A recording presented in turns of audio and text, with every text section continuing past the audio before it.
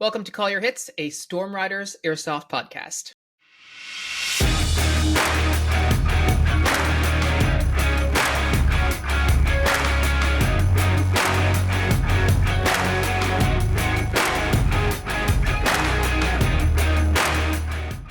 Thanks for joining us, everyone.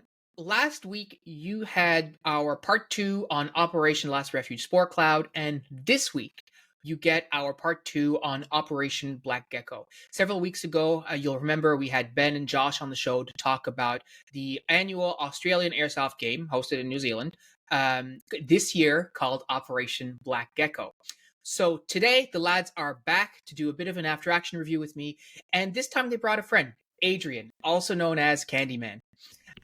Adrian's been playing Airsoft since 2017, and he's one of the organizers for Black Gecko along with Josh.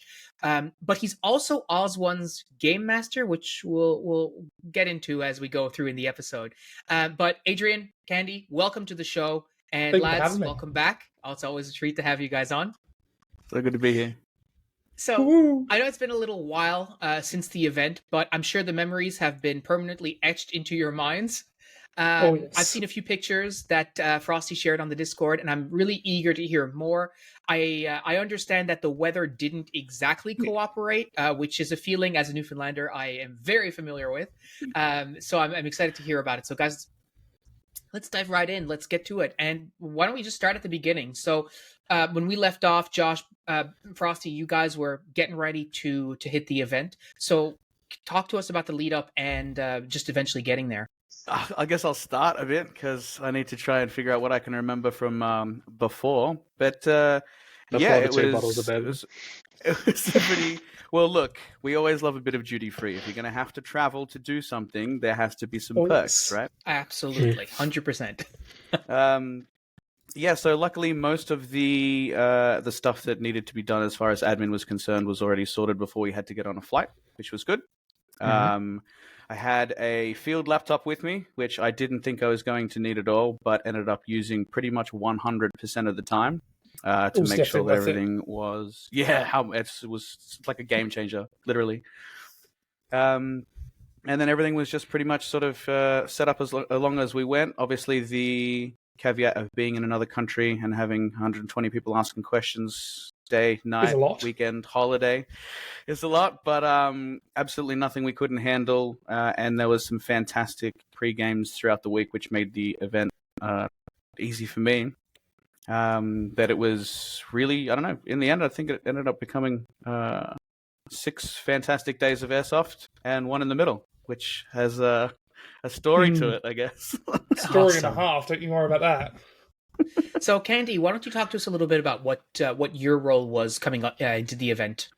Coming this year, we butted heads with lovely Josh here and went, we need to make missions. We're gonna change the game. I think everyone's over the old capture A, capture Alpha, capture Bravo, capture Alpha again. And we had previous success with Unity Ops in years prior doing more mission-based objectives, Your general has to send a runner out. He has to get, he gets his little letter. He's going to cut it open, and he has a time mission in that envelope. So over sort of the last 6 months, with in-face visits at El Jana's over a chicken palmy and a burger to Discord calls, we built sort of a starting theme to our missions for the weekend. Being the first sort of the first mission of the campaign, we looked into setting up 3 days of missions. The first day was the teams establishing themselves. Each general will get 4 missions of a 2-hour timer, and then they have a in-between mission that if they manage to get their first mission done, they could actually go out and do secret things or, climb a tree, find a rock, some fetching requests sort of stuff. And we had sort of a 3-day staggering of that, and we had some, establishing stuff day 1. We had a bunch of aggressive gameplay for day 2 planned. Because that was the big full day. 9 o'clock kickoff, 5 o'clock finish. We'd have them out there pretty much running full pelt till essentially they fell over. That was the plan. But unfortunately, Zeus decided to put his little hand in there and cause some issues. And then Sunday, we had a bunch of missions planned that were not so much de-escalating missions, but missions that reduced the field size, brought conflict to a pointed location, so that you weren't walking around for a few hours, only getting sporadic conflict. And then sort of a crescendo last 2-hour mission that's based over one hardpoint location, and then game over. Everyone can walk back, have a laugh, have a goss, and then pack up their kit, go get some tucker. Right. But, weather's a wonderful thing that it is. And really throw a wrench in all those plans. There's wonderful, well-laid plans and props we had all put together. And that's exactly how it went down, said no one ever. Yeah, I was going to say, like, this sounds like a great plan in theory. Like, you had it all written down. I wonder how it shook out. Oh, we had wax-sealed envelopes filled. It was each team had a special cipher that over the weekend, if they kept all their missions cards, if they were smart, they get a number string. And that number string will be, recorded, which it has. And the team that gets the closest number string to the actual recorded one, they'll get bonus points at the next event. Or we'll give them a team bonus, to kick off, the forces. And I haven't even checked them yet. I got them submitted a few days ago, but that's maths. I'll leave that for later. Yeah. But it added a bit more to it so that the players could bite their teeth into it. Because, you get people who are interested in digging their teeth into the fluff of it, the storyline. You get some people who just want to come there to shoot toy guns. And trying to find a nice sort of middle ground to meet that all together. And I can say during the final dinner we had on the Sunday, I was sitting there between calling out who had a veggie burger and who was having a chicken palmy. I could see the team leaders calling over other players from their team who were lawyers, mathematicians, teachers, like, hey, can you help us do some maths? And I was like, oh, it's really good to see them calling upon players of different strengths. And it really brought it all together. I really enjoyed that. But, Lord, the weather really kicked a freaking wrench into it. Yeah. We'll get to the weather in a second. Ben, what about you? So this was your team's inaugural game, right? Yeah. It was wild. It was good to actually get everyone together and sort of come off strong. Problem we had a lot of our guys were new and just very excited to sort of get there and do things. By do things, I mean pick up the toy guns and shoot them. What I think that a lot of them fail to realize is there's a lot of planning and work that goes into setting up for that, like loading your magazines, charging your batteries. Unfortunately, because of just the lack of experience, we did fall behind a lot and caused some of the game to start late. But at the end of the day, all the new guys loved it, and I definitely will be seeing them next year, that's for sure. They, even now, are still messaging me, telling me about the good times they have and going over the videos that they took. So it was good. Excellent. Yeah, excellent. So just remind me, for this event, so you mentioned missions and you mentioned like domination points and stuff. So did you do both for this event? Like you had area control as well as missions, or just missions? You happy for me to jump on this, Josh? Yeah, man. Yep. So to help players with sort of getting familiar with the teams, we had points of interest. So previously, those points of interest had been the hard points. The church, the tank yard, Barrel City. This year we replaced them with points of interest and use that to help players find objectives near them. There's a fuel cache near tank yard. Get there, get the fuel cache, bring it back. Was one of the examples. And having that paired with a set of grid references made it a lot easier for new players especially to be able to connect the dots. If your squad leader goes, we need to go to Tank City, your players will go, oh, sweet. It's down that way, chuck a left. Not, oh, we need to go to grid E7. And you go, oh, where are we at?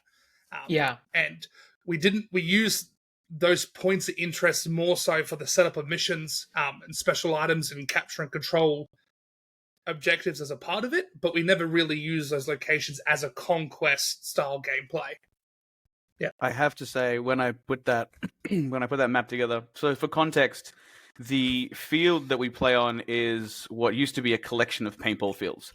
So there's a lot of like artifacts that are all over the map, which just happen to be fantastic as like a certain area. Like you definitely know when you're in oil fields. There's no question that it's Tank City because there are a whole bunch of timber tanks that have been constructed for that area and that sort of thing. And the caveat that I put in by making sure that the map did have the points of interest was, what if the missions don't work? Now, that's not that I didn't have absolute faith in Candy, because I, of course, did. But I just knew that there was something that we needed to have as a fallback. And like worst case scenario, we had done 3 successful years of Conquest. We had, I think, 5 and then 7 capture points at those, and I was like, let's make as many as I can dot along the map. Some we'll use, some we won't use, and then I think what we ended up doing in the end was the original plan, which is to then slowly sort of reduce those so that there's only really one thing that matters in the end, and that, it worked ended really up being well. a good backup plan. Yeah. Well, I mean, to be honest, as someone who just put off a game with missions and stuff like that, you can make the best mission in the world. That doesn't mean your players are going to interpret it the way that you meant it. And now they're doing something completely different, and you're like, oh, I didn't think about that. Okay, well, so yeah, I totally, Josh, it has nothing to do with not having faith in Candy. It's you have not It's maybe the not have people. faith in the players. Yeah, exactly. Look, I play a lot of Milsim games, and you can give the most clearest objectives. Get the white bucket, and they'll still come back with a black cat. I'm like, here it is. And I go, is that a white bucket? They go, oh no, but we found the cat. And I'm like, okay, I guess we'll work with that. Yeah. Yeah. Lots of radio calls about props that were like curious, and I was like, yeah, there's a reason they're curious. They're not for your mission. Put them back. Put them back. Or people would find props from like 4 years ago. Like, we found the laptop. I'm like, oh yeah, laptop? there's still props from probably 2017 out there that are buried that we just never dug up. Yeah, that's so funny. So let's run through the day, or not the day, but the days plural, shall we? So first day started off. Did you do like a pre-night briefing or anything like that? Like get all your Aussies together to interrupt you there, Phil. So we sort of had that. We had the pre-week actually. Yep. So we got my club, the AAMS, the Aussie Assassin Milsim Squad, flew in a lovely, windy, cold Sunday afternoon the week prior to the actual game weekend, and got the ball rolling pretty much from Monday get-go, helping players get weapons. We started indoor Greenfield, which is what we normally play on the Tuesday, and we already started cracking in on safety, weapons. Don't leave your batteries charging at home while you're by yourself. We started that pretty much from the start of the week, and we had pretty much a solid trickle of players coming in 2 a.m., 1 a.m., 4 in the afternoon, 7 in the morning, as they flew across from all the different points from the world. And we didn't really have a pre-established event chat till the Friday morning, but we had consistent pre-game prep for anyone who wanted to come out. It was all, just turn up was the caveat. And we got quite a lot of new players. Frosty and his boys came on the Thursday. We had quite a bunch of we had the Squirrels from Queensland come across. We had them kicking off pretty much from the get-go, and just getting players out in the field and learning where the forest ends is the end of the field. You can't go on because there's a shotgun range that way and there's a pistol range that way, and sort of the real stuff is. Right, right. So you do that the week before, as you're explaining. Obviously, not everyone, because some people are like Frosty's. You came in on the Thursday, and the event was the main day, like the 9 to 5 day. That was Saturday, was it? It was planned to be. So the original schedule would have been Friday 9 to 5, Saturday 9 to 5, and Sunday 9 to 4. But the first half of Friday was like mass chrono, like making sure every single gun that was to be on the field for the weekend was chronoed if you were there. Right. As well as, and I think the main rule set was gone over very, very first thing thoroughly immediately beforehand, and that was sort of done in depth. So that was I've got a full recording of it. I think my brief went over for about 45 minutes of me hollering at everyone, because we had, as Josh and Frosty can attest, a lot of new players. Some that had heard of us from Facebook, some that Frosty's brought along friends, and then some guys like, we're just here because we got to shoot toy guns. Like, yeah, Q. And it's worth noting there's two types of new players for us. So there's new players to the sport, which is something that we always are quite sort of protective of and need to make sure that we account for as being, the goal of the team has always been sort of the landing zone, the first spot you can land as an Australian Airsofter if you first find out about it or anything like that. But there's also people who haven't played with OZ1 before. Now, those are people that have played Airsoft, but they just don't know what this OZ1 thing's about. And it's quite different, obviously, if you're playing, say, in New Zealand every weekend at your local CQB field or on the green field or on, at indoor. And you're North a very, Island, very South experienced Airsofter. Yeah, North Island, South Island. and you don't realize that this is a bunch of people that have played probably 20 days at the highest level of experience as far as airsoft goes. So even the most experienced Australians were, and we've got gel ball and in Queensland now, and we have teams that are, fully fledged and can support themselves through a gunfight of any sort of kind. But the very first sort of thing we like to remind everyone is there's two different types of newbies. There's newbies that have never played before, and there are newbies that have never played before with us. So just remember not to take it easy by any stretch. I mean, I think at this stage we can definitely hold our own, especially how some of the squads were moving. But just to remember that, we have a certain set of rules that is a little different, and it does change depending on how we get feedback for a reason. And that's because we're still working it out ourselves for the most part. Even, 10 years on, that's 40 days total of airsoft. Yeah. So that's pretty wild. Like, I think people who are listening to this will, like, that does not compute. Like, sure, there are players here who've only played 40 days of airsoft, but like, that's because they don't play anymore or whatever. Like, 40 days of airsoft is for anyone starting in, in Canada or anywhere else. Like, I mean, you do that maybe in a year or 2 years, right? And that's 40 days of airsoft over the course of 10 days, or 10 years, excuse me, or longer, or that's crazy. So and I appreciate that too, because I think you're right. Like, it's not necessarily about saying, oh, take it easy on these guys, but there's a certain level of understanding that needs to come with that. And I would say, certain level of patience too, right? Being like, listen, like these, it's a different world. And you're right. Like, you need to have rule sets that support those players having fun too, because they're a level of, like, they may not have experienced some of the things that to you as a, someone who, in New Zealand who's playing every weekend or whatever, you dismiss it offhand. Well, that could be an issue for someone who's just, that might be the first time they're experiencing that particular failure or right. So for you, it's like, oh, it's not a big deal. But for that person, it's a huge deal because it's never happened before. So I totally appreciate that. So let's come back. So you've done the brief. You've listened to Candy go on for what feels like forever. And it's funny. Like I know the feeling too of going through the rules, and I'm like, man, I've been talking for a while. You see people's eyes like glaze over; they're like clearly not listening anymore. So, did you get in? So that was in the morning. So did you get any action in on that first day? Oh yeah, yeah. We got a full half day on the Friday. Okay, I'm pretty sure we were outplayed by one. Despite your best efforts, Candy. Yeah. Actually, we were only 45 minutes late, so that was from memory we did quite well in the morning. And I'm like, especially when people don't know what's the go, and I'm ticking everyone off sort of, manually on this laptop that I'm still trying to figure out if I can use on an offline Google sheet in the middle of the bush. But the guys were pretty good at organizing themselves. It was a little clunky, obviously, on day one, but that changed completely on day two when I was like, right, squads, just check in if you haven't checked in already, and like check your whole squad in. Like, don't like there was 120 people lining up to a laptop on day one, and I was like, no, go get chronoed. Like, I will. Yeah. You'll be here. It's fine. And then small things like handing out armbands. We'd never done armbands before. That was, I think, a massive success. We had to get them out. Massive. We had to make sure people were chronoed before they got an armband, just to sort of, make sure the logistics worked. But yeah, I think we were pretty on time on Friday, and we got a lot of gameplay in, considering it was a half day.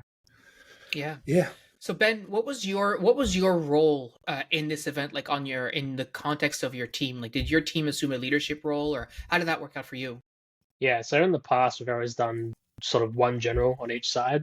This year we tried splitting up because we had so many more players than normal. We had 2 platoons per team and 1 platoon leader each. So on gold team, I was first platoon lead and second platoon lead was Tyler. So we kind of worked in tandem as both generals, I guess. And that worked really well once we sort of established that, we're taking responsibility here. And once we had communication down, it worked well. Day one was kind of rough because we didn't have the communication. And there was a lot of second guessing, not who's in charge, but who should be taking the first step. And then after day one, Candy was also on our team, and he sort of spoke to us and said, look, we're going to clean up the comms. We're going to get less radio channels because we had so many channels on day one. Day two, we had less, so we were more communicated, and it was so much easier to just be like, oh, hey, Apex, we want to do this. Yep, that's fine. Let's do that. Send those guys. So yeah, essentially Tyler, Rockstar, he and I sort of co-led Gold Team for most of it. Awesome. Yeah, and it's interesting what you say about comms. Like often, I think airsofters have this tendency to just overcomplicate. Be like, oh, like we need one channel per squad. It's like, really? There's like 5 of you. Like, okay, so and when the day started, so when you started on Friday, how did you arrange your team? Like, how many people did you have under you basically? How on your side? So under me, there was 5 squads. Probably came up to about 25, 30 players. And prior to the event, I had spoken with everyone, all the squad leads, and did have all my squads sort of organized with radio comms. And that was sort of the problem, is I hadn't spoken with Tyler about what his platoon was doing. So then, yeah, by the second day, we decided, no, we just need to put it all into one because that'll work better. But yeah, so I had 5 squads, comms with 4 of them. One of them hadn't set up the radio properly or got the wrong channel. But yeah, so really at the end of it, it didn't really matter how the platoons worked. It was kind of just what squad would pick up the radio or what squad was next to you that determined what your command was. Because obviously, if I'm here and I've got an objective down the road, and next to me is, 3rd squad, 2nd platoon, I'm still going to use them. Then just because they're another platoon doesn't mean I can't use them. And that's really what it came down to, is what assets you just had nearby. Yeah, and I mean that's a really good way of looking at it. But this was your first time doing this, organizing a team in this way. Is that right? Sort of. Last year I was this assistant general, I guess you could call it, for 66% of the time. The last day in the morning I took charge. So no, I wasn't really fresh to it. I definitely, after last year's experience, was a lot more confident to take that sort of step this year. Last year was a lot of, I don't want to be the guy who's just bossing people around. The feedback was, I would ask you, like, okay, I know I'm telling you guys what to do, but are you understanding that I'm also just asking you to do it?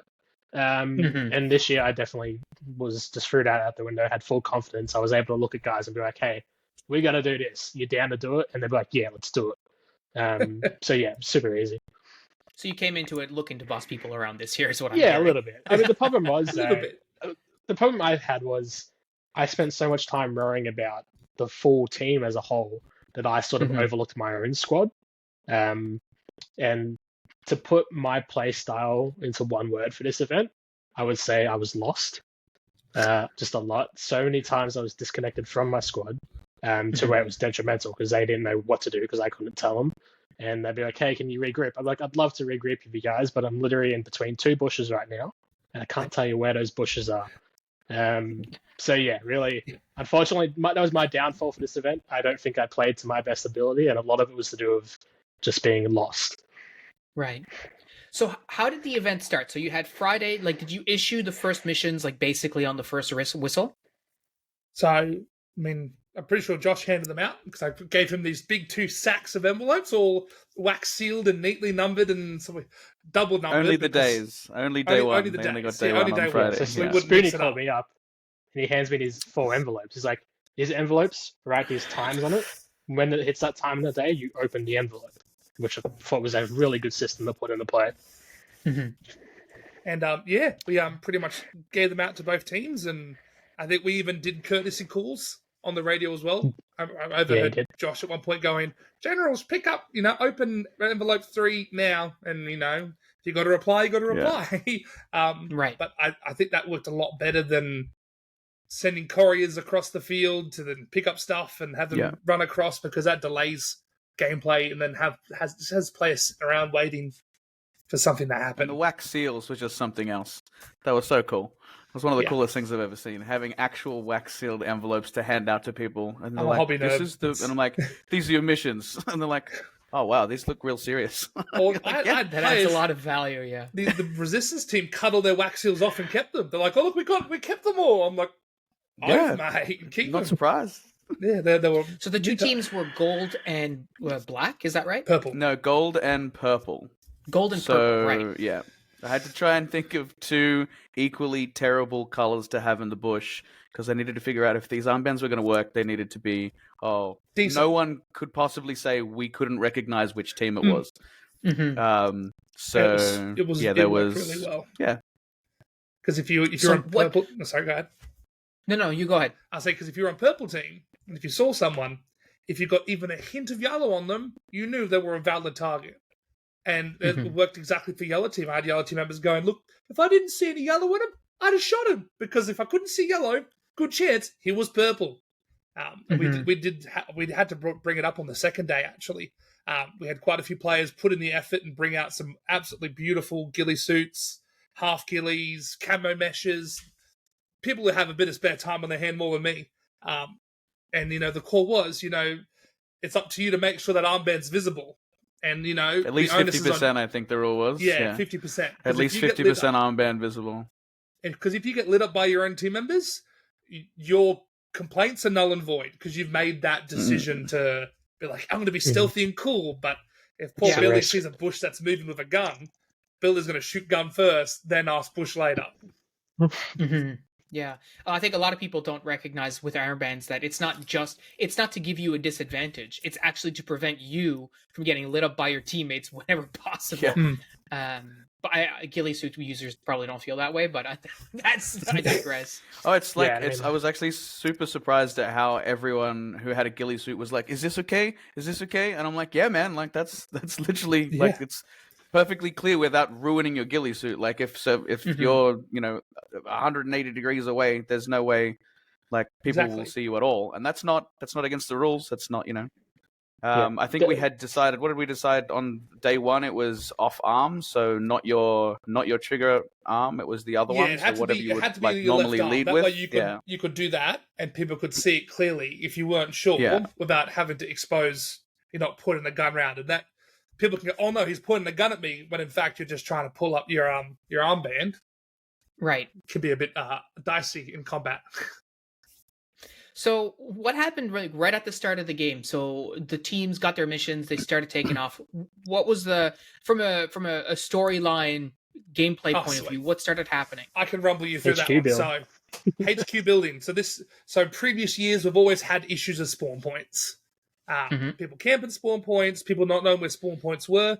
I threw all that in the bucket and decided they can make their own spawn points. Each team were given 3 wonderfully, very high-priced Bunnings cheap 2 meter by 2 meter hardware store pergolas, tents, and just some Amazon camo netting to chuck over the top.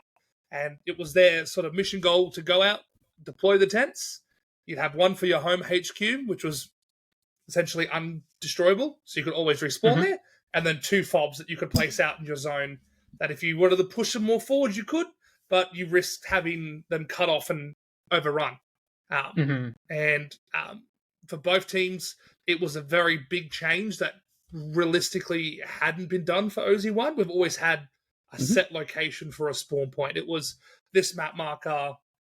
Each team knew exactly where the HQs were, and then you could see a bit of metagame would happen with that. They go, oh, if we set up here, here, and here, we can just box them in and ruin that other team's day.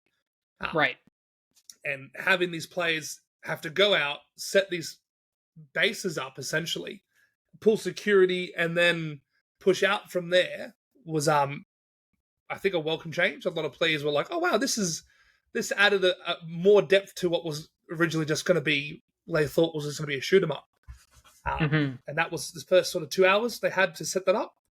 And then we sort of flipped it on the head and said, all right, now you've got to go try find the enemy's fobs. Go out and scan missions. Which I think the purple team took on initiative as, hang on, if we're doing this mission, they're probably doing this mission, and decided to send some scouts out immediately, which was thrilling at GCHQ, where I was on 4 different radios, listening to all of this happen within about, probably 10, 15 minutes. And you guys should all be setting up fobs and HQs. We've downed one. I'm like, sorry, what?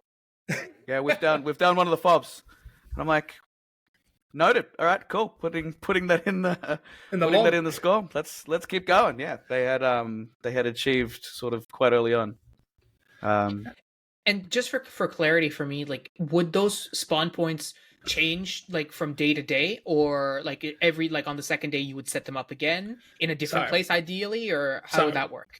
We had a bit of a plan for the second day, which was the whole part of the second day was your force was doing stuff on the enemy side of the field, which was going to be the big setup to flip the field and be like, oh no, your job of trying to convince their people has worked. What? Surprise. And your people are revolted, switch sides, and you'd have to go find the enemy's fobs and capture those and either move them, or you'd run them as your own.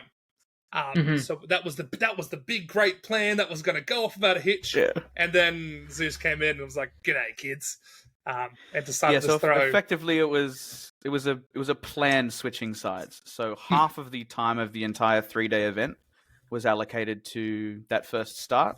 And there were safe zones as well. So you couldn't just put these fobs anywhere on the entire map. They needed to be within what would be considered your green zone on either side of the map. And as you got familiar with that side, just as that sort of familiarity had probably kicked in, it was time to switch sides.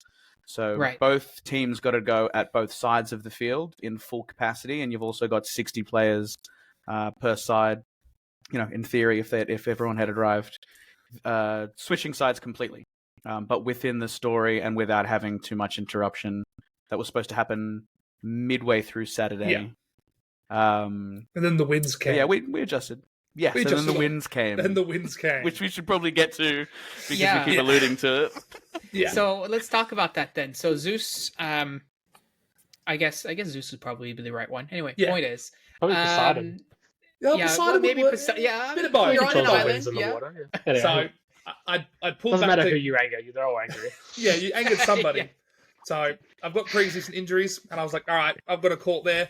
I'll head back to HQ and do more Game Master stuff. And I get there and I'm chatting to Josh and we're talking game stuff. And I hear my phone going off. I'm like, oh, it's a bit windy. I wonder what that sound is. And Josh is like, oh, my phone's going off This too. is at 11:30, I think it was. I want to say, like almost dead on 12. Almost dead on 12. And I pull it up. And it's literally, it was like out of a movie. It was like everyone's movie. phone. Like, and you're like, warning, what's going on? Yeah. State advisory alert. Hide and duck and cover, essentially. I think the highest wind speeds were 150 kilometers an hour, hitting exactly where we were. Like, the town was, 40 minutes away, barely a gust. But because of wheels sort of worth noting, Canterbury's dead flat. So Canterbury is flat from the range to the range. So between the two sets of mountains, it's all sort of level all the way across. And this can happen. It can happen. I remember hearing one of the veteran guys, come through and just be like, well, welcome to Canterbury. This just happens sometimes. And we're like, this is the one thing that I did not prepare for. Yeah. And everyone's phone has just gone off with... it's not safe. It's not safe. And me and Josh are mulling over going, all right, we've got to pull ourselves out of game mode and go into the admin mode. And as we're discussing this, we're getting calls on the game radios from Kiwi players who are there, who have also working cell phones going, hey, we're going to come off. We've just got a warning. And me and Josh go, well, look, it's nearly 12. We'll call them back in. We'll hold for an hour, reassess. Because if it's just a gust of wind for an hour... we can sit that out in a nice open space. It'll calm down, hunky-dory. We'll get the kids to move. Well, I say kids, they're all fully grown adults. Get the kids to get all of their rental cars out and get them out on the main road so that they wouldn't get crushed by trees. Because they're rental cars, and once, a lot of them have rental agreements that once the state says something, if they don't follow that advice, their insurance is null and void. Because it's all an act of God or whatever falls under that's covered by whatever the government issues. And we're sitting there, we're all having a chat, everyone's calming down, and we're just watching trees from the far side of the car park. Just all playing dominoes. Wow. The eeriest thing, I think, was hearing them crack to the center. And I'd never heard something like that before, but hearing a pine crack just it's good. And it was happening all around. There wasn't just one. You weren't like, oh, that's a tree. It's like, oh, no, there's It was eerie. It was. I mean, it was It cool. It was. was dangerous, but it was. We had players We going, had to "Oh, call look, everyone in. It was basically And we had players going, "Oh, I don't want to move my cars." I'm like, "Look, move it, and if it doesn't calm down, if it calms down, you can bring it back in. Can you publicly apologize?" Not even 10 minutes after they drive their cars out, it was a two or one or two trees literally just crashed down next to where a row of minivans have been parked. I'm like, well, maybe foresight did pay off. Oh. Mm-hmm. And then we held that position at HQ for nearly a solid hour. So we said this is a perfect chance for you to reload BBs, get some food into you, hydrate. And you had Ben. You were on the. Yeah, sorry. Go ahead. No. I was gonna say, Ben, you were on the field when the call came in, right? Yeah. So I think, if my memory serves me, I'd just come back to clean myself up after the little adventure where I got too many needles in my kit. So basically just had to strip off all my kit and shake down before I run out again.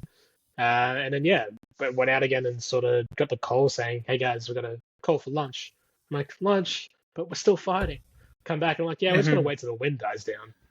But prior to that, earlier that morning, I was in a hairy situation where I was sort of lying down in the dirt, trying not to die.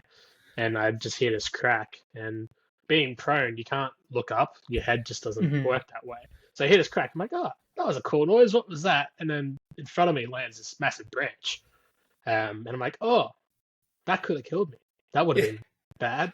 And then I'm going, it's also really good cover.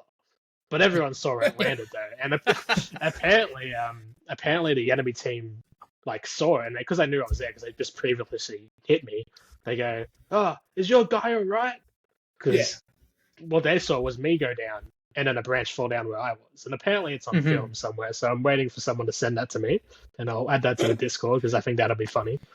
But yeah, always practical, Frosties. Yeah, always practical. There was so much like, green I'm not dead. This is great cover. Yeah, it was because I had my net on and everything. I'm like, this is literally it was made for me. God sent me a sign. He said, "Hey, get under this branch." I'm like, okay. Exactly. And we were getting those calls all afternoon, and I think one of the more chilling ones was a bunch of boys that were in the same position in the dark forest out there, and they were laying around this pine tree, and the ground just came up underneath them because all the roots had just been unearthed, and they were like, "Oh, yeah, we're going to just head back now. Safer." And they just dipped because that was probably just as we were making that call in, because the wind went from pleasant we needed gusts to freight train. It became from this is really nice because it's quite warm out here in the morning to this is a horror movie. We need to call everyone inside right now. Yeah. So how long did you pull the players off the field? A full hour. How long did this last, basically? So it was a full hour. I don't know that we. I think it was we didn't pick up gameplay again that day, so that ended it for the day. We had some more adventurous players who do a lot of gel ball, and some of the Queenstown and North Ireland players we're going to go out in the open bush area and sort of in a bit of the thicker forest because more tree cover, and they only lasted 45 minutes before. Yeah, we're coming in. It's a bit too windy. I'm like, okay, when veteran players who aren't afraid of getting hit by a car are going to call it when the trees are talking, essentially. I think, it was that gut-wrenching, we've got to call it for a day. All these players have come across the player now bereft of a day of action, pretty much. Well, not a day, 5 hours of action. But the safety of players just is insurmountable in retrospect to everything. A good day of gaming is fun, but going home to your family and going home safe is much more important from a game. There was no way we were going to have anyone play without being at least aware of the alert. You don't want to have 80 alerts go out and there's 100 people out there and 20 of them don't know what's going on. So we needed to make sure that everyone was at least back in to understand what was going on. But I think, by the time we had got everyone in, most people kind of knew what was going on, either because their phone had gone off or because they'd just seen Frosty almost eat it. Yeah. We had players turn up and it's we're going. It's too windy, it's not safe. And we haven't said anything. They're like, no, we're going. Yeah. We've seen this before. Yeah. we're out. And we're like, oh, okay. And there was a whole bunch of different reactions. It was quite interesting. There wasn't you couldn't throw a stick and land at the same sort of reaction people had. Some people were like, we're going indoor, we're going here, we're going indoor, we're going somewhere else that's still outside. We need to go into town. We're just kind of tired after, like, yesterday was a pretty full on day. We don't want to risk it. Everyone had a bunch of different calls, but there was a pretty stern sort of display when they gave us the warning that it was going to be till 5 o'clock. Yeah, the game time was supposed to be called at 5, so we're like, yeah, look, a couple of skirmish games. We're not going. I had put a pin in the score, and just whoever wants to come back tomorrow, I'm sure they'll either give us another warning, in which case we'll have to give an announcement in the morning. But we'll still be here, gate opening, just as everything would go to plan. Mm-hmm. Yeah, and I mean, you can't play Airsoft if you're dead, right? Yeah. So there's no sense. Right. There's no sense in especially like the wind is something that I'm very familiar with, because where we live here in Newfoundland, it is very windy all the time. Like 150 kilometer per hour winds is certainly nothing to sneeze at. Like, it is absolutely a windstorm, but it's nothing for us to have regular warnings going up to 80, 90, 100 kilometers an hour. In fact, just today, the wind gusts are like up to 90, I think, or something. And so that's not a wind warning for us. That's just a day. Yeah. So then, when you layer, like, there's lots of times you go to play Airsoft and you fire your BB and the wind just takes it. And it's like, what are you going to do? Like, that's play. So I totally get it. And going out there and playing in the wind is certainly one thing. But then when the wind is snapping off trees and trying to, like, actively harm you, well, it's not trying to, I guess. It's just, that's what's happening regardless. There's no intent there. It becomes, there's no sense in carrying on with that. And I can see, because I can see as well the side of, you've been waiting all year to play, and then you go out and you're like, the wind is trying to kill you. It's like, yeah, but it was gut-wrenching. It was like all this prep, all this hard work, everything was like running perfectly. But like before we called it, comms were great, teams were really digging into it. The game had like flipped on its head because the other team was getting in there, and you could see that it was a complete 180 from the day before. And then it's like, yeah, sorry. You built all this momentum. Sorry, come off. And we're going. Yeah, it's worth noting. So basically, where I was sitting at GCHQ, there was just 4 radios. There was 2 game radios, which were team wide, and then I was actually listening to their internal comms as well, just in case there was an emergency or anything else. Also, just made it way more interesting for me sitting there at a desk by myself. But the whole morning was just like everything was alive. I didn't write down a lot of scores because there wasn't a lot of land changing hands, but it's because everyone was like kind of all in. Like, everyone was like along these 2 massive flanks, just having a full blown morning. And I was hearing about movements that were like, oh yeah, that's smart. That's where I'd be going. This is cool. And it was just starting to pick up. But it happens. And I guess I think looking at the week before and looking at Friday and Sunday, like half a Saturday, it wasn't really a big thing in the end. It was eventful. People will remember it. Oh, yeah. It definitely wasn't a full day of gaming, but it also allowed us to be kind of serious with the Sunday, because Sunday we generally kind of find people are either not rocking up because they've just had enough, or they're gassed with how huge Saturday was.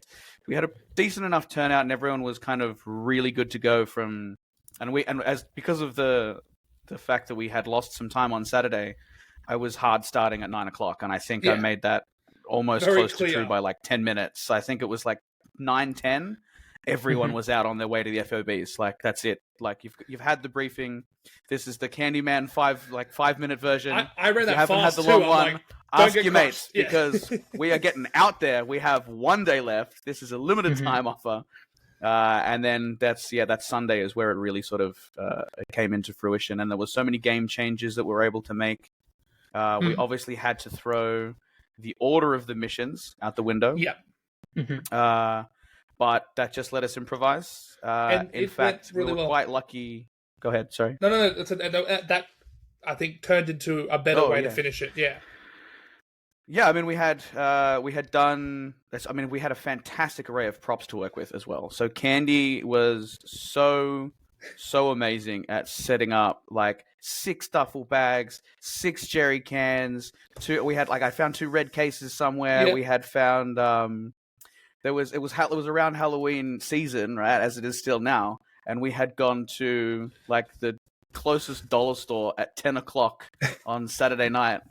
Probably like, I think we had to take a Lime scooter because we couldn't drive. And we've just gone, you know what we're going to do? We're going to get some like Halloween props. I'm just going to bury them in the middle of the forest. Like, we need tomorrow to be so good because we had half a day today. And we're fortunate enough to have a gentleman who has been with us probably since very close to the beginning, who's been a cosplayer for about 10 years. Easily. And for the last 4 years, he has done Indiana Jones. So as Indy, we decided, well, if Shifty's going to be out there, we need to bury some skulls. And at 10 o'clock at night, we're spray painting skulls that were gold and silver. I got a message from Koala going, colored. In the car park with rattle cans, and I just feel like a snap of someone going, and I'm like, I didn't see that. Everyone's gone to a briefing, and two dudes just sort of run off into the forest, and they're in there with a box, just sort of like they've got the spray cans in there. We had to let them dry for like an hour in the morning before we could use them, but it was just improvising and kind of making it the best we could on that Sunday. And there's a lot of activity in the AAR as far as scores go on that Sunday. We had players finding props. Sorry, go ahead. Yeah, to touch on with the Saturday, like wanting to stay out there because we don't get to play often too. Before the wind really started to pick up, came a little bit of rain, and that was just cool. I haven't done airsoft in rain before. I've done gel ball, but that was a horrible experience because it was really humid and hot at the same time. But so me and a couple others were doing our little stealthy sneak, going through all these prickly bushes, and then it just starts raining, and we're like, cool. We're behind like 12 guys, and we're raining, and we look really cool. Like if we were in a film right now, that's like main protagonist energy for sure. Yeah.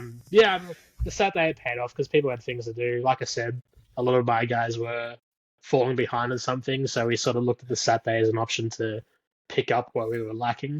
When we were supposed to have a barbecue and invite some others over, but unbeknownst to us, when we did get back to our Airbnb, there was a tree falling down in the driveway, so we ended up spending the next hour sort of chopping that up with the neighbors' saws and axes and moving that to the side. But it was a fun little bonding experience. And before we did that, I stopped at McDonald's and was like, hey, I'm getting everyone Fix Shakes. What do you guys want? Because I feel like we need a little morale booster. As much as not playing sucks, at the same time with the rain and everything, you do want to embrace the suck, as they say. Because it's definitely part of an experience that you just don't you take it if you get it. Because it's first time playing rain. But I think big picture, nobody was hurt, so I think that's ultimately is probably the most important thing. Nobody got crushed, no vehicles got crushed, not yours anyway. So that's you gotta talk about your Thursday. Let's talk about my Thursday. So, how long have you been playing? Anyway, yeah. Look, all right. So, context. Let's do a little bit of context. In all CQB fields that we have any experience on, full face masks are mandatory. So obviously, like face protection, eye protection. Now, eye protection's always been a main focus, but because we've always been on the green field, face protection's been optional. And Frosty had made up some nice face protection for all of his guys and all of the squirrels. And not made up, but bought Delta Max. Sourced and secured. Some wonderful face masks for everyone, and I almost always wear one when I'm in really close proximity and like a close-up game, but it's always been optional in the bush. As of 2023. In 2024, they will be mandatory in the bush because we're using heavier BB weights as time goes by, as technology changes, and as the sport gets into its maturity, and the players mature as well. And in my career at the 10-year mark, really close up on a mound in an engagement, I was hit twice in the goggles and decided to call hit straight into the front tooth. So I got the third one landed right in my front tooth, which I have now found out since was actually coming out anyway. It was just how my bite works. But it was pushed along quite rapidly. And for the rest of the weekend, I had a significant gap in my smile, which has now been temporarily fixed and will soon enough be more permanently fixed. But that was definitely a learning experience and will be an expensive one, I'm sure. But I was just so happy that, and I think everyone can attest that I had said it like 9 million times. I was just so happy that it was me and not anyone else. Because now when I yell, put a face mask on, everyone is going to know why. Yes. And yeah, and spoon was spelled with a TH for most of the rest of the weekend. Spoon. It's funny that you say that, because at our game there was a player who got one of our Discord members actually who got shot in the face very, very close, and it was bleeding, and it turns out the BB was still in there. But his reaction was exactly the same as yours, which is he got to the safe zone and we're like, oh my god, like your face is, he's like, yep, I'm okay, can we go check that guy's gun because it might be hot. It turns out it wasn't, but that's not the point. His first reaction was, I'm glad it was me and not somebody else, especially for us, because in our community, you guys all have, all your kids are still full-grown adults. Our kids are not full-grown adults. Yeah. Many of them are quite young. And so for his point of view was, at least it's me. Yeah. Right? And same exact situation. He wears face protection, but for whatever reason, it wasn't in position at the time. And then, that's bingo, bango, so, bongo. Yeah. That's all you can do. But yeah, I just thought when you were like, oh, thank God it was me, I'm like, I've heard this before. And that, Yeah, well, I don't know what would have happened if it was to someone else and I had heard about it. It was, it was confronting enough. Yeah. But I went and spoke to the guy. I mean, he was running the right MED. He was running the right gun. He had, we had checked everything beforehand anyway. He was still using his gun. And it was just a really good engagement. I had popped up at the wrong time. And it wasn't like he was going for my head or anything either. There was literally, that was all that was visible. I was completely prone and hugging behind a mound. But that's what happens when you're in a team of, I think it was 4 DMRs. And I'm like, okay, I'll go up front. But it's cool. It was a practice game. It was something that I didn't have to run, so I was already really chilled out. Apparently a little too relaxed. Clearly. Yeah. But it was still fun. Like, it was a fun engagement, and I was and there'll be a little piece of me on that field forever, because I never reclaimed the tooth. So nice. So let's wrap up Sunday, and then I want to talk about sort of the after action in some pointed questions. So Sunday starts out 9:05 basically, or 9:10, whatever. Like as soon as you can get out there. How does that day progress? I mean, obviously, I'm assuming the wind warning was completely gone. Like that wasn't a concern anymore. So how does the day progress from there? And I mean, maybe Frosty, from your point of view, what was your team's first tasking that day? Well, my team's first tasking was to get on the field, as usual. I think so at this point we had swapped sides, which is great because personally I'm far more familiar with the west side of the map. But basically, God, I can't really remember what the objectives were, but it kind of just came down to, actually I think that was when we needed to grab the skulls and these 2 red crates, so that were just somewhere in the field at points of interest. And this was great because it was, telling people like, all right, we're looking for skulls and red boxes. Simple as that. And, I'd be like, oh, yeah, you know what the objective is? Like, yeah, I know what the objective. 5 minutes later, hey, what's the objective? I'm like, skulls and red crates. It's 2 things you have to look for, which is great because later I found out that the guy who just asked me was standing on the skull for like an hour and decided to go for the black duffel bag instead. Sorry. Oh my god. So anyway, but like I think we did well. At least on the radio channel, I thought we did well. We did get the 2 red boxes, which is, one of them was great. I was standing on for about 20 minutes because I was in this little watchtower just absolutely laying down fire. That was probably one of my funnest parts of the weekend, because the first 2 days I think I went through maybe 1 magazine. Unlike you, Phil, I don't shoot a lot. I'm very calculated in my hits.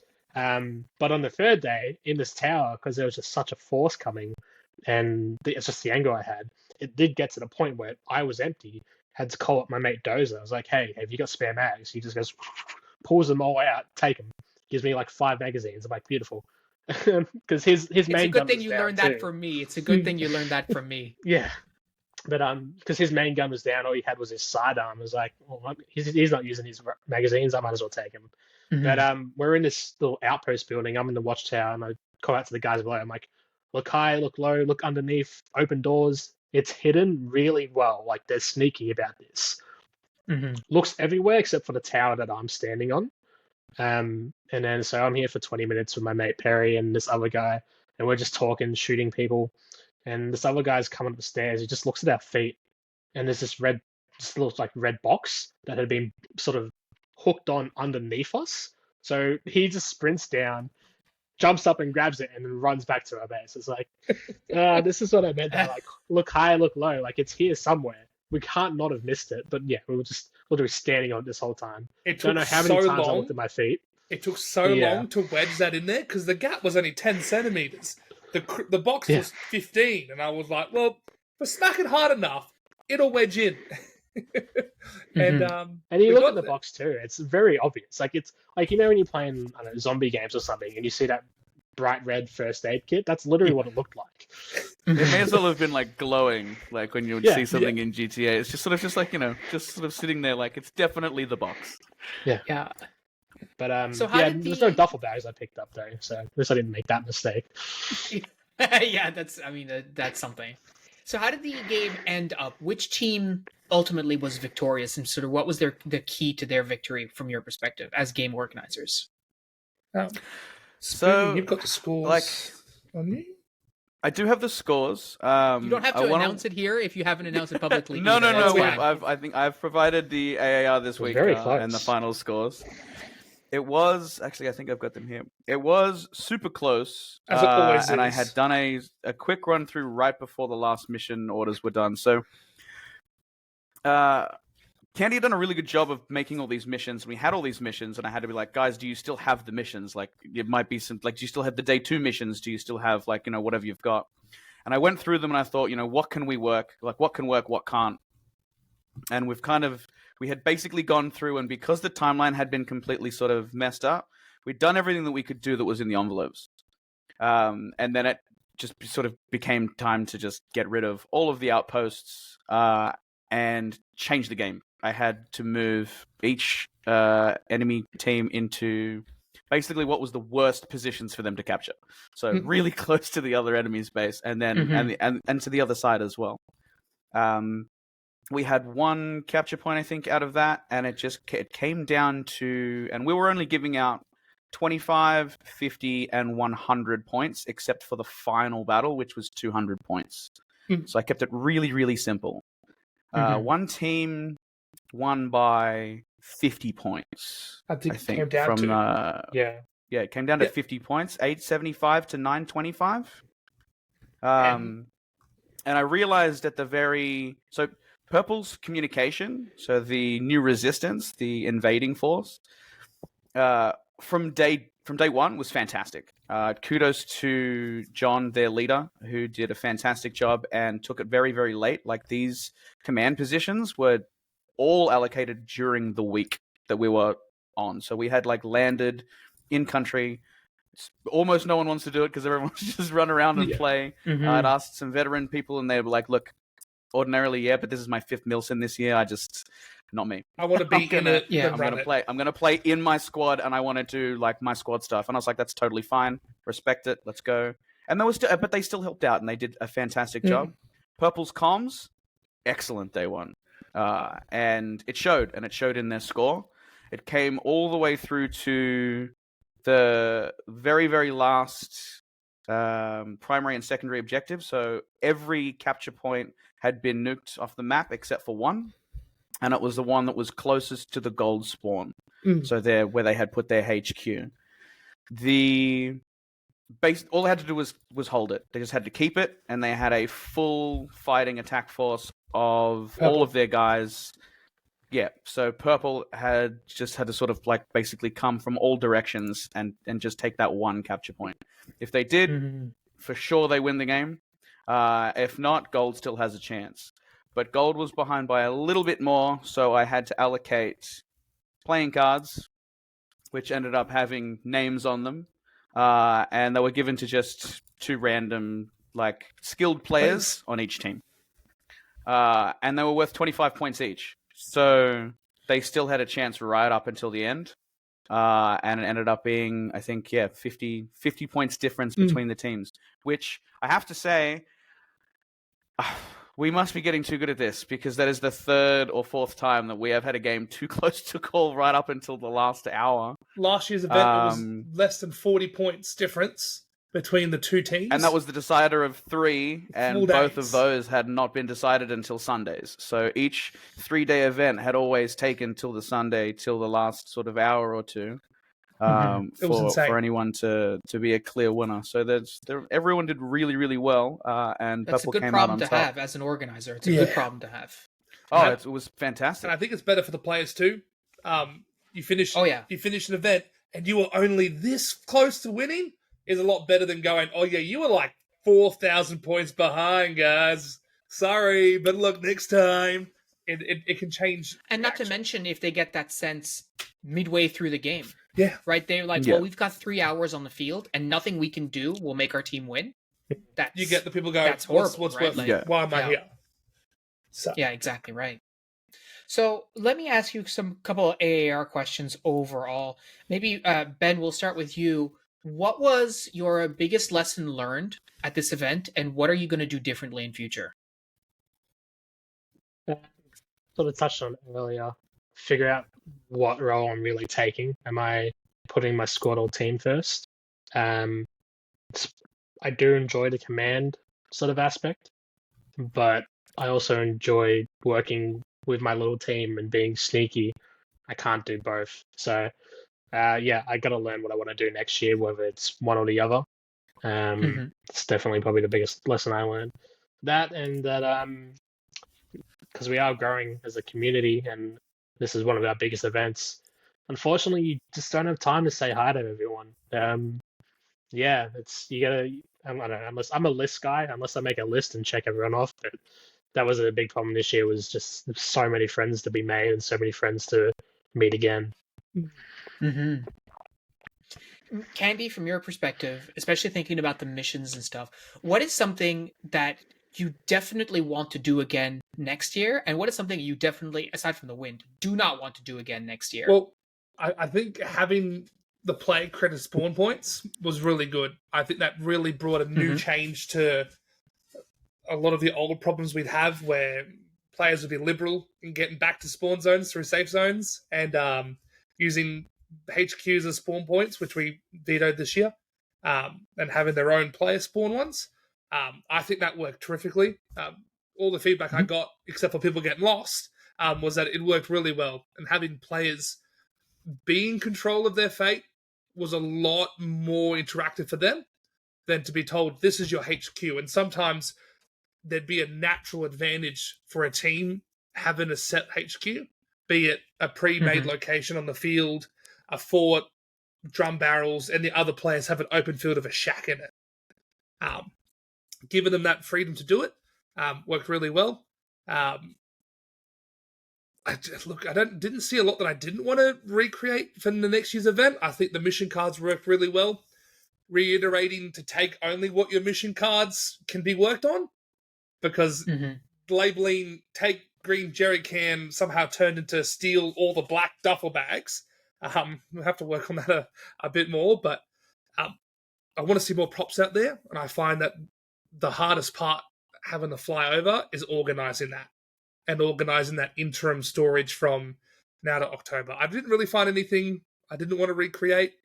I mean, unless Josh can cut in, there was nothing that went horribly. Let me rephrase the question maybe a little bit too, Josh, and maybe, this is, to point the question to you a little bit more. Maybe what is something that worked, but didn't work in the way that you expected it to? Maybe that your players didn't really address or attack in the way that you thought they would. Probably some of the missions we could have made a bit more clearer, in my opinion, but that's just from a sort of games master of D&D and Milsim gaming sort of background to it. Could have been a bit more clearer on them. For a player, I love props. However, saying, hey, there's insert prop name in these locations, near these locations, I didn't like. I'm very much when it comes to a video game. I don't like quest markers, but I do like, hey, you need to pick up this thing from name of location. And then on top of that, like the playing cards, I didn't know anything about them until after the event. I think that's cool. I'm definitely a supporter of, like in video games, there's random collectibles. Yeah. Of course, that goes against the whole, if it's not your objective, don't touch it. But say, like at the start of the event, you were to say, hey, there's also hidden ammo caches around the place. If you guys happen to come across them over the weekend, bring them back to your HQ, extra 10 points, you know? Because in that way, if someone does find it, they do get that little incentive of like, oh yeah, I found something, not my objective. Oh, hang on a minute, it's a collectible. It's everyone's objective, you know? But yeah, that's how I would see props in the future is either specific location and name or collectibles. And so, Josh, I guess giving you the sort of last AAR bit, from your perspective, like, are there any, again, aside from the wind, any other surprises or things that you were happy with as a pleasant surprise, or things that you're like, wow, I didn't expect that, but it actually really worked out? I was surprised with how easy it was to move from a bunch of guys. So anyone calling into a capture point was the only radio that we needed as far as game control was concerned for the past 3 years in a row. So we had a trilogy set up because we had sort of started and just wanted to go, can we just make, airsoft events and just see what works and what doesn't without having to complicate them? And we'd had missions done before, but we'd had support and we'd had someone else doing them so we could all play. When it's us doing them, I mean, Candy's missions were fantastic. I couldn't possibly have written something top to tail as amazing as they worked. But we also had a layout that allowed me to adapt when we lost half a day. And Candy and I now have something very special for next year because we were robbed of our Saturday afternoon surprise. I'm excited for that one. But it means it's fantastic because it means we've got something to look forward to, and there's something that we already know we can probably put straight up on the Friday next time. But I was so surprised that it's a very hard field to get past, especially at a certain point. So it kind of comes to like a bunch of no man's land in the middle. One road and then a clearing, and if you get past that, I was so surprised to see an entire team on one side of it when they had no business being there, except I just realized they had wiped out almost an entire platoon and just sort of charged straight across, and I'm just going, okay, all right, well, yeah, all right, yeah, I'm like, cool. And I'm just seeing this from where I could see. Like I had a very, very limited range from where I was standing, but listening to the radios was fantastic because the internal communications were fantastic by the second day on both teams, and people were moving around, and I could visualize what was going on the map just by listening to them talk to each other. And then if they absolutely needed to, talking to me or having them radio their own bases. So because they had two fully separate channels, they could speak freely amongst their game radios as well. Yeah. That's awesome, yeah, and there's a lot to be said for that, I think. And as someone who, again, I just ran a game, being able to hear the teams and what they're saying, also, I don't know if you felt this way, but you get their point of view on the things that you created, sort of live, and you're like, oh, that's what they're thinking. Oh, okay, they're in for a shock, or whatever. Yeah. So I can totally appreciate that. So, just before we close out the episodes, there's two other things. I know that you have a bit of a tradition at the end of the game. Josh touched on that last time.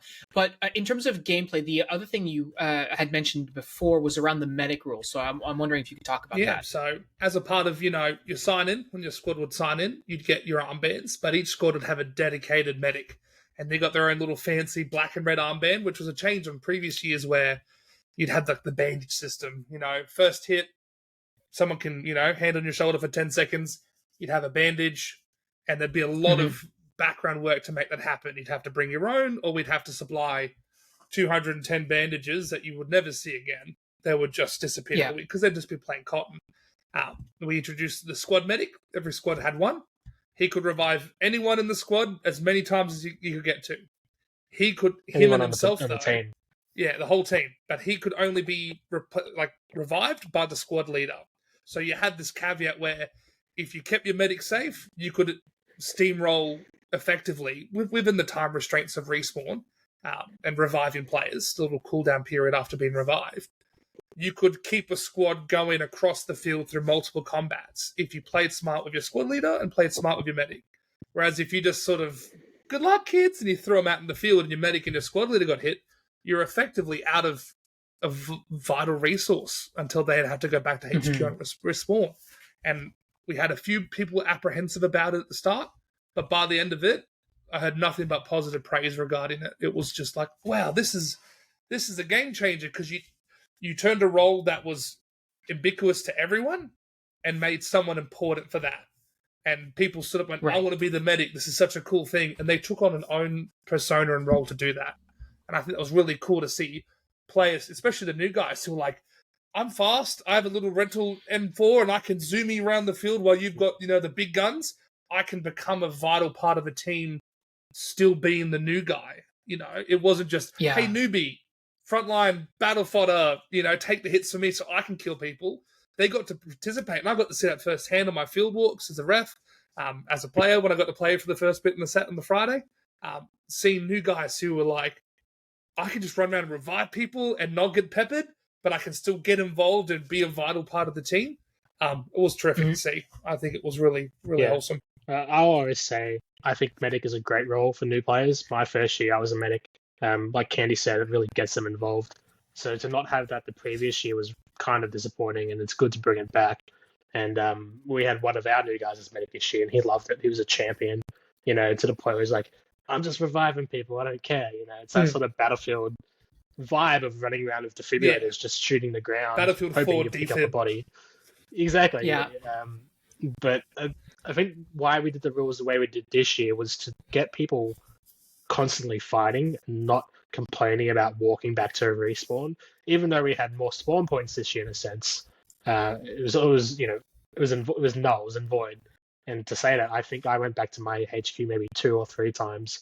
Every other time I got hit, I was revived. And having that ability to get up where you sort of left off and keep going is definitely vital to keeping the game going. So definitely a redo for the medic system for next year. Not a spoiler alert, but it sounds like a pretty rock solid system, that's for sure. Oh, we had that's probably the one thing that we spoke about beforehand that was like, do we, don't we, and I had to just put my foot down and be like, listen, these rules will work or they won't, and we're going to find out because we have to actually play first rather than sort of going, we should, let's do this other thing, let's do something like that. We were really we were really lucky enough to have a kind sponsor who had donated those medic bands, and they were made by someone that's known to them. So it's really fantastic, and we took all those back. Everyone got to keep their armbands just as a souvenir. We had people but the signing medic armbands. went into the inventory. Oh yeah, absolutely. It was good to see. But the medic armbands were in there, and then there's even the talk of using stopwatches next time, and I have them in the inventory. But we'll see. We'll see how that goes later down the track. Stay tuned for that. And the last bit, something definitely to redo, is your end of game tradition, right? Yeah. So, as Frosty had said it, I just realized how true it was. The small amount of time that we get to actually socialize with the 100 or so people we're out there playing with at the HQ was probably a little bit bigger when we all spawned in the same spot.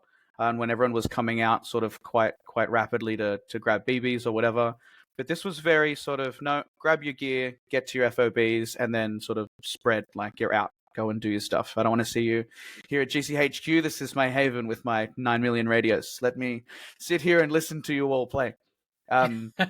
This sort of changed it a little bit, whereas, there are some people that I probably only saw for 45 minutes total over 6 days of being around and near them at different events, and because we're right next to the city, there's 3 different locations you can do stuff during the week. Not everyone's getting time to cross over and meet up and match up, but that Sunday was really special and has always been, because it just gives everyone a chance. And everyone who was at the game or has ever played or was in town, or especially, we have some guys that started with us. It was 10 years ago. They were in their 60s. Now they're in their 70s. They're not picking up the gun and running around anymore, or even spending a whole day in a command tent. But sometimes they pop by. We need to give them an opportunity to do that. This is why we're really lucky in the day and age of Facebook. We can keep in contact all year, even with some people that probably wouldn't normally use that technology. Like, well, no, how else am I going to speak to the OZ1 guys? Yeah. But we had our dinner, and to see what is our best and fairest award, the dingoes, be handed out this year. Immediately before, and I think it was really touching, we had everyone who had previously won one or earned one. Really, it's something that you earn. Stand up in the room, and I almost teared up because I could literally see some of the greatest, minds of our sport all stand up at once, and I was like, these are your guys. Like, if you need anything, look for one of these guys. If you need someone willing that's to out there, help you out in any way they can. Yeah, there's not a single one of them that wouldn't drop their rifle and go and fix yours before they jump back into the fight, because they've done it all a million times. They want you to have a good time as well. Like, it's truly something that's really special at the end. And I just wish that probably could have lasted for longer, I guess. Maybe we'll have to do one at the beginning and one at the end next time. Intro and outro. Just not enough time in a week, right? Yeah. And I want to point out, because I think it's so important, especially for people listening, when you get people to stand up like that and you acknowledge, what they've contributed, that's amazing. But I think it's also very important to remember that they're only standing up and being able to be recognized because of work that you have done. Right? You have, as a community, you've created this space. And so props to them for being the best and the fairest in the dingoes, I suppose. But also huge props to you, because none of that would be possible if it hadn't been for the two of you in an airport, 17 years ago. And to people listening, I think the reason that I'm bringing this up is because for a lot of players, around the world, your community needs you to do the kind of things that Josh and Candy and Frosty are doing in their communities, because that allows other people to be able to be there for others. It allows other people to support the kind of play that we want to see. And it really does take people stepping up to the plate and saying, yep, I'll take the first step. I'll make it happen. 100%. So, so I just wanted to give you guys that shout out, because, Josh, as the organizer and the person who likes to be humble about it, there's a huge amount of that. Those props go to you as well, you and your colleagues, right? People like Candy and Frosty, like I said, I didn't put out sort of a shout out to some of the other clubs that stood up to help people get across. So I think, like, the big hurdle is airfares, accommodation, and how do you get there? Especially we get people who are 18, 20, 25 who've never travelled overseas. Tyler and Preacher, both from the AAMS and the Squirrels, helped organise the most convoluted spreadsheet I've ever seen in my life, and got accommodation sorted for people who've never travelled overseas. Help walk people through how to buy a ticket and, turn up. And it's those...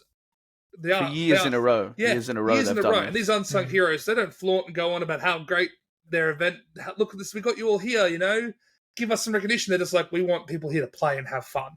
And seeing that year after year is just pride. And you just smile with it's like, wow, it's so great to see the work the community puts in, not for recognition, not for, wow, we're the coolest, come play with us because we organize it. It's like, no, they've put it in the hard yard to get you there to play and have fun. That's really humbling to see. Preacher and Tyler both are dingoes as well. Yeah, so both of them are dingoes, coincidentally. But Candy is a dingo, I think 2019 was your year? Yeah, I don't know. I got caught up eventually. Had to bribe a few bags of candy out to get that award, but it was well worth it. Yeah, money well spent. Yeah. But it's all about the community, lads.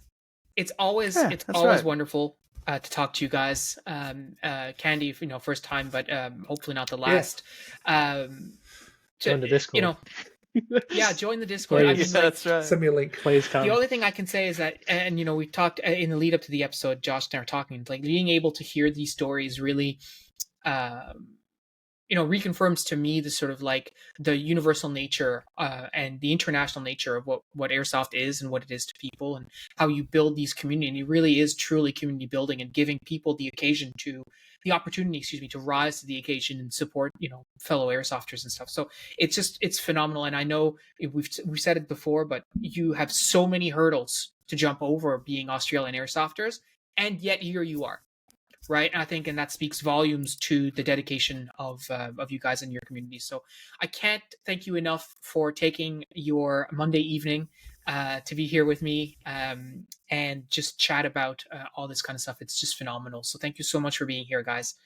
But that's really it. That's what we've a little bit longer today, but that's what we've got for you this week. Thank you so much for listening, everyone. We really appreciate it.